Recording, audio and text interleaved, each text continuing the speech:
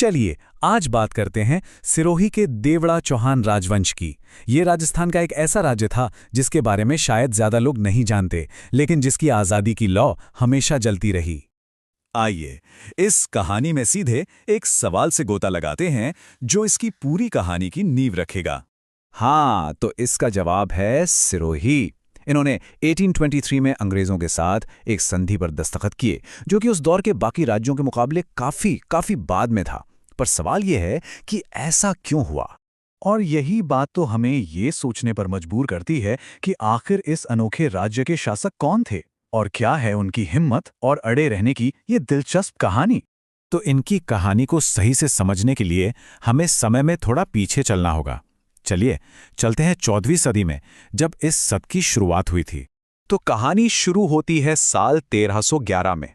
चौहानों की देवड़ा शाखा के एक थे राव लुम्बा, जिन्होंने उस वक्त के पावरफुल परमार वंश से आबू और चंद्रावती को जीता और वहां अपने आजाद राज की नींव रखी। तो आप देख रहे हैं, ये कोई एक दिन की बात नहीं थी। इन शुरुआती राजाओं ने एक सदी से भी ज्यादा का वक्त लगाकर धीरे धीरे एक-एक करके इस मजबूत राज्य की नींव को तैयार किया था।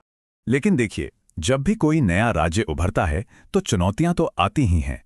सिरोही के साथ भी कुछ ऐसा ही हुआ, और ये चुनौती आई उनके एक बहुत ही ताकतवर पड़ोसी से।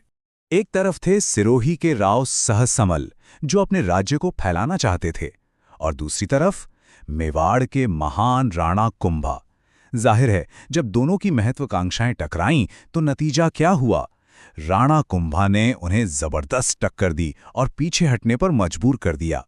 मतलब शुरुआत से ही सिरोही को अपनी आजादी बचाने के लिए लगातार लड़ना पड़ रहा था।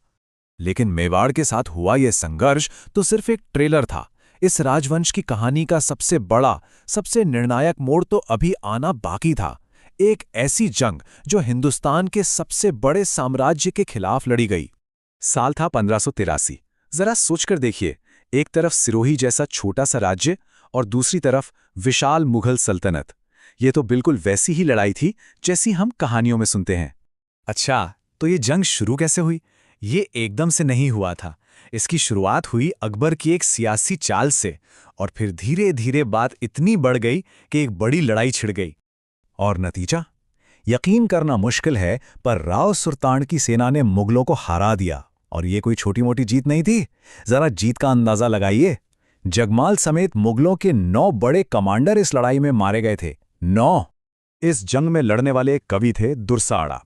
उन्होंने जो लिखा वो आज भी गूंजता है। उन्होंने राव सुल्तान के मंत्री समरा देवड़ा की बहादुरी के बारे में लिखा कि कैसे उन्होंने अपनी धरती के लिए लड़ते लड़ते अपनी जान दे दी। इन लाइनों ने इस जंग को इतिहास में हमेशा के लिए अमर कर दिया। तो सदियों तक अपनी आजादी के लिए लड़ने के बाद आखिरकार सिरोही एक नई ताकत के सामने आया, और वो थे अंग्रेज। ये साल था 1823, जब राव शिव सिंह का राज था, और तब सिरोही वो आखिरी राजपूत रियासत बनी जिसने ईस्ट इंडिया कंपनी के साथ संधि की। तो हम घूम फिरकर वापस अपने पहले सवाल पर आ गए कि आखिर इतनी देर क्यों लगी? और इसका जवाब सुनकर आप हैरान हो जाएंगे। वजह ये थी कि जब अंग्रेज एक एक करके सबसे संधियां कर रहे थे, उन्हें तो पता ही नहीं था कि सिरोही नाम का कोई अलग आजाद राज्य भी मौजूद है ना कमाल की बात। तो फिर देवड़ा चौहानों की विरासत क्या है? मेरे ख्याल में वो है उनकी कभी ना हार मानने वाली आजादी की भावना। उन्होंने बार बार ये साबित किया कि राज्य छोटा हो या बड़ा, इससे फर्क नहीं पड़ता।